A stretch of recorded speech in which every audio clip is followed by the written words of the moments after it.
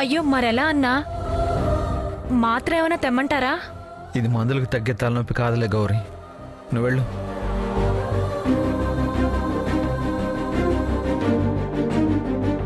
అన్నా చాలా థ్యాంక్స్ అన్నా. నువ్వు కనుక నన్ను కాపాడి తీసుకురాకపోయింటే నిజంగా చచ్చిపోదాం అనుకున్నానన్నా. నా ప్రాణాలు కాపాడవన్నా. మంచి మనుషుల మధ్య తీసుకొచ్చి పెట్టావు. థ్యాంక్స్ అన్నా. థ్యాంక్స్ ఎందుకు గౌరీ, ఇక్కడ నీకు బాగానే ఉంది కదా, అమ్మ నిన్ను బాగానే చూసుకుంటుందిలే, వెళ్ళు.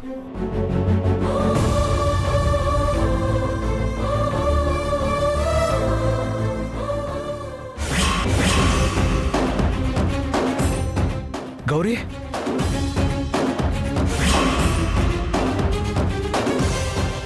వీప్ మీద దెబ్బేంటి? ఏముందన్నా, ఆ దుర్మార్గుని చేసుకున్న పాపానికి అనుభవించిన శిక్ష. రేపు పెళ్లి చేసుకుని నా ఇంటికి వస్తావు కదా, కోల్చి వాతలు పెడతాను. ఇది పైకి కనిపించే దెబ్బన్నా. పైకి కనిపించిన ఇలాంటి దెబ్బలు ఇంకా ఎన్నో. ప్రేమించే పెళ్లి చేసుకున్నావు కదా గౌరీ, నువ్వంటే ఇష్టమే కదా, నువ్వు కూడా మంచోడినే పెళ్లి చేసుకున్నావు కదా, మరెందుకు ఇలా కొట్టాడు? అక్కడే మోసపోయానన్నా. మంచిగా మాట్లాడేసరికి మంచోడనుకున్నా, నా మీద ప్రేమ కురిపిస్తున్నాడు అనుకున్నా. కానీ పెళ్ళయ్యాక వాడు అసలు రంగు బయటపడింది. ప్రతిరోజు నరకం చూపించేవాడు. ఒకవేళ వాడు మంచిగా మారితే వెళ్ళిపోతావా గౌరీ? వాడెక్కడ మారుతాడన్నా? మారాడు. పెళ్ళాన్ని ప్రేమించేవాడు. పరాయి వాడు పళ్ళెత్తు మాటన్నా తట్టుకోలేడన్నా. అలాంటిది చేసుకున్నాడన్నా. వాడే మోగాడన్నా. వాడి మనసులో ఏం ప్రేమ ఉంటుందన్నా? అలాంటి వాడు మారుతాడనుకోవడం నా భ్రమ.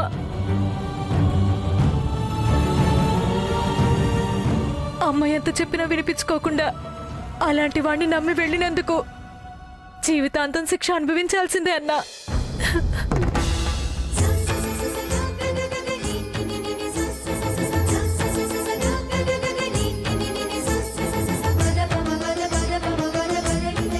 పెళ్ళాన్ని ప్రేమించేవాడు.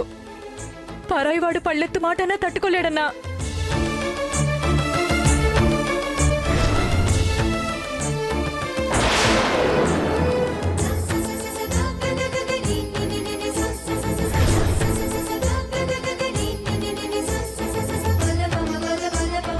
దాన్ని చేసుకోబోయాడు, పక్కనే ఉన్నాడు. ఏమైనా జరిగితే వాడు చూసుకుంటాడు. మధ్యలో నీకెందుకయ్యా బాధ? వాడి కజిన్స్ నిన్ను అల్లరి పెడుతున్నా చేతకాని వాళ్ళ చూస్తున్నాడే కానీ నువ్వెంత బాధపడుతున్నావో పట్టించుకోలేదు టైలర్. ఇంకా చిట్టుమొహం వాడు నిన్నేం బాగా చూసుకుంటాడు? వాళ్ళన్నట్టు నిన్నేం చేసినా కూడా ఇలాగే చేతకాని వాళ్ళ చూస్తూనే ఉంటాడు, ఏమీ చేయడు. నీ లైఫ్ ఇలా ప్రాబ్లమ్స్లో పడ్డానికి వీల్లేదు టైలర్. నువ్వు తెలుసుకునేసరికి ఆలస్యమై నీ జీవితం నాశనం అయిపోతుంది. ఏదో ఒకటి చేసి నిన్ను కాపాడుకోవాలి.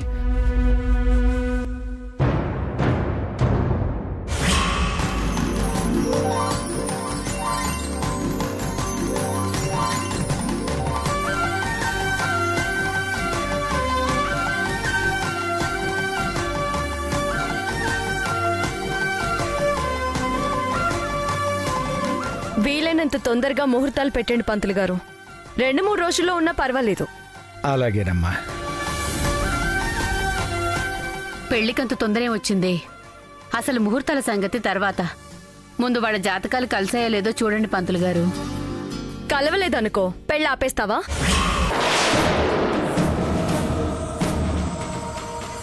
అసలు ముహూర్తాలు పెట్టుకునే టైంలో ఇంకా జాతకాల గురించేంటమ్మా? ఒకవేళ జాతకాలు కలవకపోయినా పరిహారాలు చాలా ఉంటాయి. అవన్నీ చేసైనా సరే పెళ్లి మాత్రం జరిపించేద్దాం.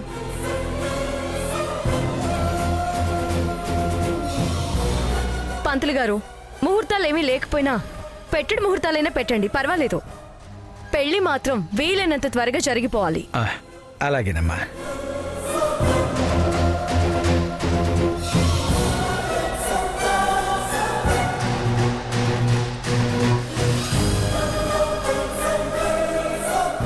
వారం రోజుల్లో ఒక ముహూర్తం ఉందమ్మా. అది తప్పితే మళ్ళీ 4 నెలల వరకు మంచి ముహూర్తాలే లేవు. అయితే అదే ఖాయం చేయండి పంతులు గారు. ఏమంటారు నాన్న? వారం రోజులు సరిపోదా? ఎందుకు సరిపోదమ్మా? మనం ఏమన్నా 1000 మందిని పిలిచి హంగులు ఆర్భాటాలు చేస్తున్నావా? గుళ్ళోనే కదమ్మా చేస్తున్నాం, సరిపోతుంది. పంతులు గారు, ఆ ముహూర్తమే ఖాయం చేయండి. అలాగేనండి.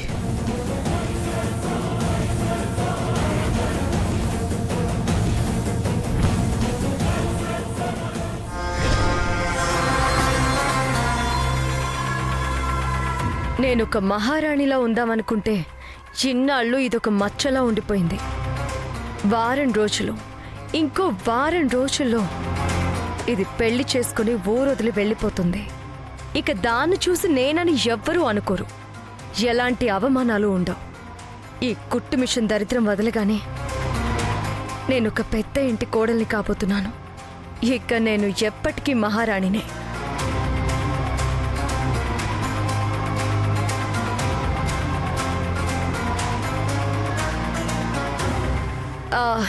సరే నాన్న, నా క్లయింట్ ఆఫీస్ ఓపెనింగ్కి రమ్మన్నారు. టైం అయింది, నేను బయలుదేరుతాను. అలాగేనమ్మా. వస్తాను పంతులు గారు. అలాగేనమ్మా.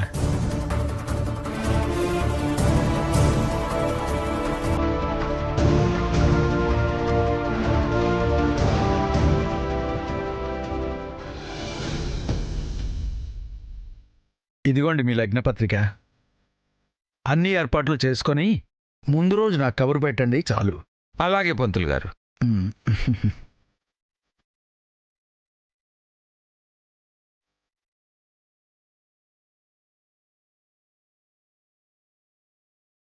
వస్తాను నారాయణ.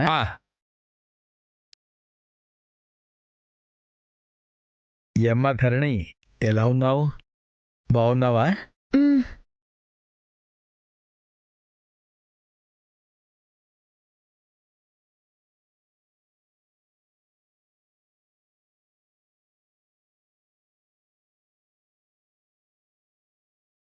అమ్మా, పంతులు గారు వచ్చారేంటమ్మా? అడుగుతోంది కదా, చెప్పవే. ఇంటికి పట్టిన దరిద్రాన్ని వదిలించుకోవడానికి ఒక మంచి ముహూర్తం పెట్టారని చెప్పు.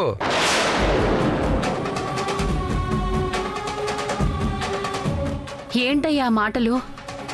కన్న బిడ్డకి పెళ్లి చేసి పంపించడం అంటే దరిద్రం వదిలించుకోవటమా? మీకిప్పుడు తెలియదులేవయ్యా. అది పెళ్లి చేసుకుని వెళ్ళిపోయాక తెలుస్తుంది దరిద్రమో అదృష్టమో. గొప్ప అదృష్టం లేవే. ఇప్పటికే ఇది చేసిన పనుల వల్ల పొరుగు పోయి చావాలనుకున్నానే.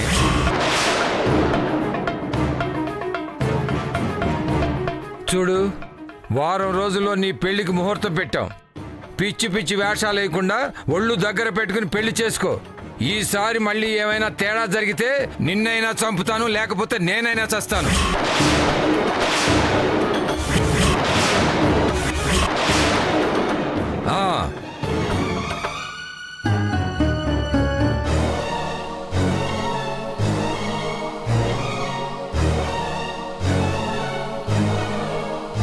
తొందరగా ముహూర్తాలు పెట్టమని నువ్వే అడుగుతున్నావని తెలియక ఊరికే ఆవేశపడిపోతున్నారే మీ నాన్న. నీ కోరిక తీరిపోతుందమ్మా. ఇంకో వారం రోజుల్లో పెళ్ళి. కానీ ఏం ఆలోచించినా ఈ వారం రోజుల్లోనే. తరువాత ఆలోచించడానికి కూడా అవకాశం ఉండదు. నీ ఇష్టం.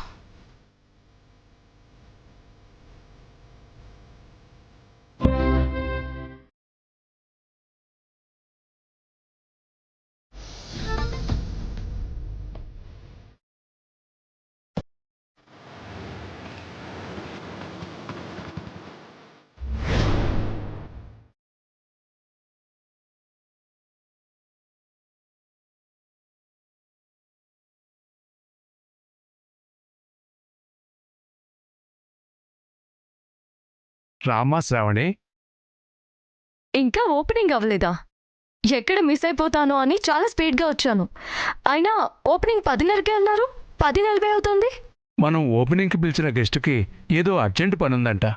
అరగంట లేటుగా వస్తామన్నారు. ఓ, అరగంట లేట్ అంటే 11 గంటలకు వస్తారు. అంటే ఇంకో 20 నిమిషాలు వెయిట్ చేయాలి. వాడెవడి కోసం ఈ శ్రావణి వెయిట్ చేయడమా? వెళ్ళిపోదామా అంటే క్లయింట్ అయిపోయాడు. బాగోదు. ఓపెనింగ్కి వస్తున్న గెస్ట్ ఎవరు sir? Vikramaditya group of industries MD Vikram Kumar. ఓ, మన గురువు గారేనా? అయితే 20 నిమిషాలు ఏం కర్మ, 2 గంటలైనా వెయిట్ చేయొచ్చు. ఎన్నాళ్ళు ఏమీ లేని వాళ్ళలాగా నా అసిస్టెంట్ లాగా యాక్టింగ్ చేశాడు కదా, ఈరోజు ఎలా తప్పించుకుంటాడో చూద్దాం. మిస్టర్ విక్రమ్ కుమార్, ఈరోజు తమరి బాగోతం బయటపడిపోవడం గ్యారంటీ.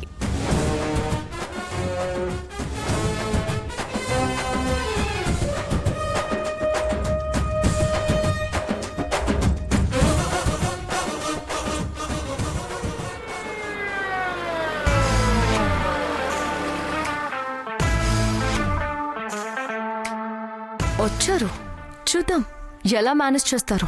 అమ్మో, బాగా లేట్ అయిపోయింది. ఇంకా లేట్ అయితే బంగారం కేకలేస్తుంది. ఇక్కడ ఓపెనింగ్ అవగానే తొందరగా వెళ్ళిపోవాలి.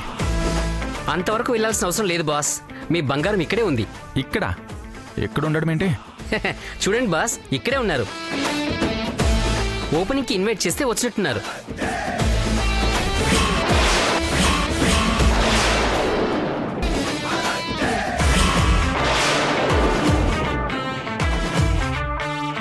దేవుడా, అడ్డంగా బుక్ అయిపోయాను. ఇప్పుడు నేను ఓపెనింగ్ చేస్తే నేనెవరో బంగారానికి తెలిసిపోతుంది. ఏం చేయాలి? చూస్తావేంటి, ఏదో ఒక ఐడియా ఇచ్చి తగలడు. ఐడియా ఏముంది బాస్, ఏదో ఒక రోజు బయటపడిపోవాల్సిందే కదా. అదేదో ఈ రోజే బయటపడిపోండి. ఏడ్చినట్టుంది. ఇప్పుడిప్పుడే కాస్త దారిలోకి వచ్చినట్టు అనిపిస్తుంది. ఇప్పుడు గనక నిజం బయటపడితే మొహానే చీకుట్టిపోతుంది. ఏదో ఒకటి చేయాలి, ఏదో ఒకటి చేయాలి.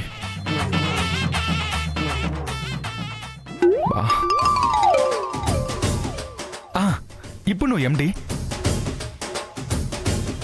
నేను నీకు డ్రైవర్. ఓకేనా?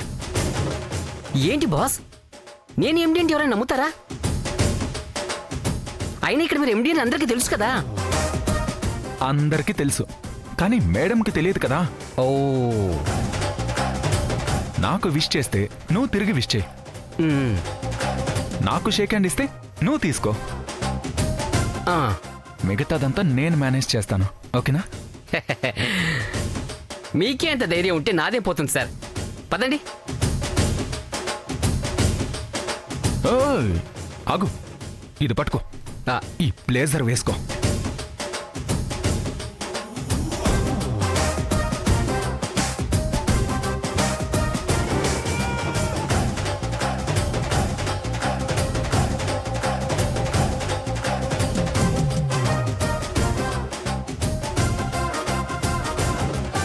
వేసుకున్నావుగా, అనుమానం రాకూడదు.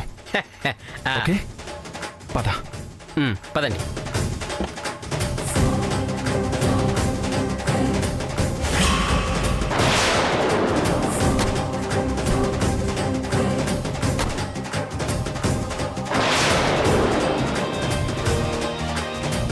సార్, చీకటిగా ఉంది, స్పెట్స్ తీసేనా? నోరు మూసుకొని పెట్టుకో.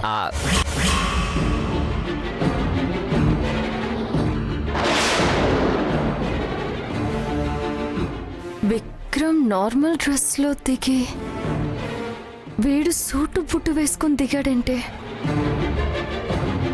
అంటే ఇక్కడ కూడా ఏదో మేనేజ్ చేస్తున్నాడు.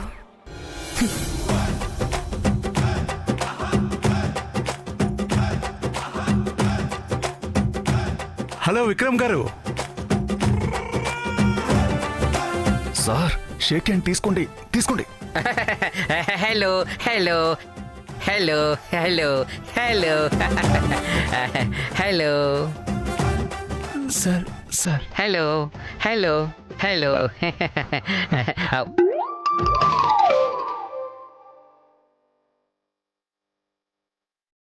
ఓకే, తీసుకోండి సార్.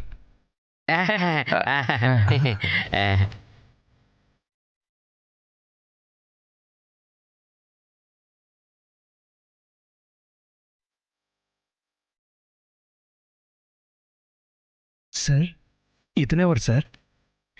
నా ఫ్రెండ్ శ్రీనివాస్, చాలా మంచి హ్యాండ్. ఓ చూసారుగా, నేను కూడా ఏదైనా తన చేతుల మీదుగానే ఓపెన్ చేయిస్తా. నువ్వు కూడా చేయించు, బిజినెస్కి తిరుగుండదు.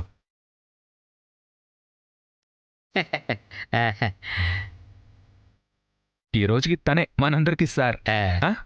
మీరు ఎలా చెప్తే అలాగే సార్. పదండి సార్, రండి. ఏమ్మా బుక్ తీసుకో. పదండి సార్, పదండి సార్, పదండి. రండి.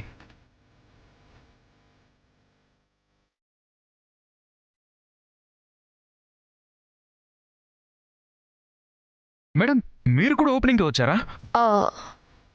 ఏదో పార్ట్ టైం జాబ్ మేడం, డబ్బుల కోసం. ఓ సార్, రిబ్బన్ కట్ చేయండి సార్.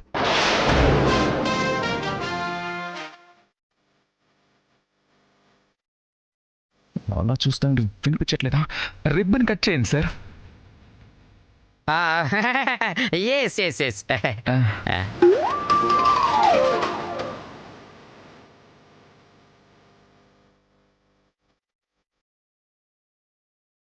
తనే విక్రమ్ అని వీళ్ళకి తెలుసు కదా, మరి వాడి చేత ribbon cut చేయిస్తున్నారేంటి?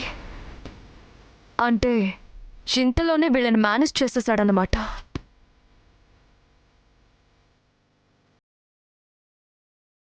Claps.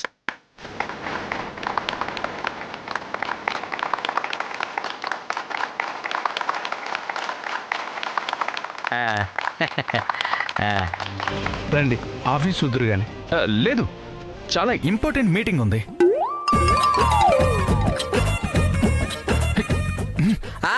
Yes yes, very important meeting. మళ్ళీ మళ్ళీ వీలు వీలు చూసుకుని వస్తాం. అలాగే విక్రమ్ కుమార్ గారు, మా కోసం ఈ మాత్రం టైం స్పెండ్ చేయడమే చాలా ఎక్కువ. చాలా థ్యాంక్స్. వెళ్ళొస్తాం.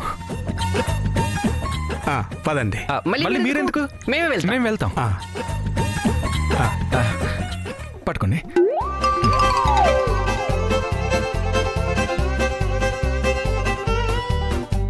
ఈరోజు ఏమైంది విక్రమ్ కుమార్ గారికి? చాలా విచిత్రంగా ప్రవర్తిస్తున్నారే. మీరు లోపలికి పదండి. Ramashravani. Okay sir.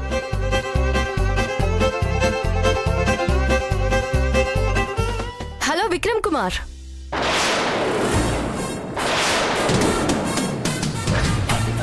Sir sir, madam పిలుస్తున్నారు. సరిగ్గా వినండి సార్. రండి మేడం. ఈయనే విక్రమ్ కుమార్.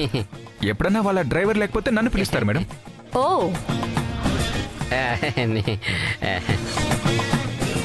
బాస్, మా మేడం. ఓ ఈవిడ దగ్గరే నేను అసిస్టెంట్గా వర్క్ చేస్తున్నాను. హలో.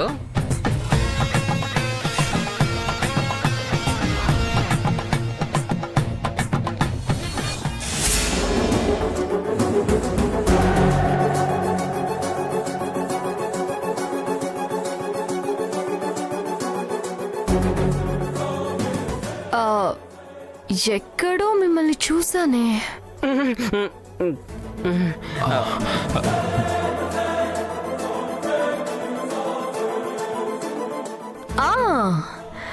నా స్కూటీ పాడైపోయిందని కేసు పెట్టిన కంపెనీ మేనేజర్వి కదా నువ్వు?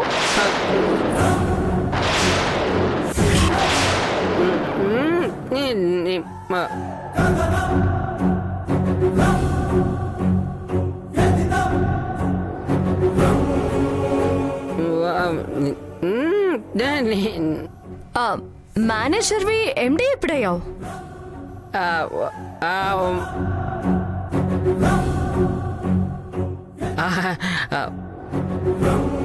మేడం, ఎవరిని చూసి ఎవరనుకుంటున్నారు? వాడెక్కడా, మా బాస్ ఎక్కడా? వాడి హైట్ ఏంటి, మా బాస్ హైట్ ఏంటి?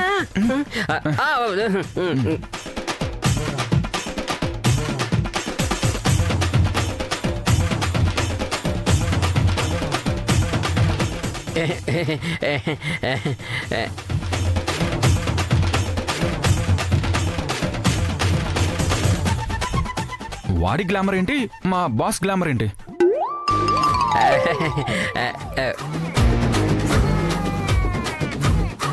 మీరు పొరపాటు పడ్డారు మేడం. మేడం, మా బాస్ని ఆఫీస్ దగ్గర డ్రాప్ చేసి నేను వెంటనే మన ఆఫీస్ దగ్గరకు వచ్చేస్తాను. బస్ పదండి బస్. Okay bye. ఐగో.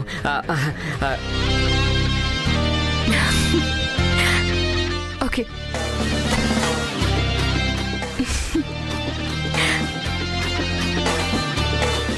అమ్మో, పదండి బస్ పదండి.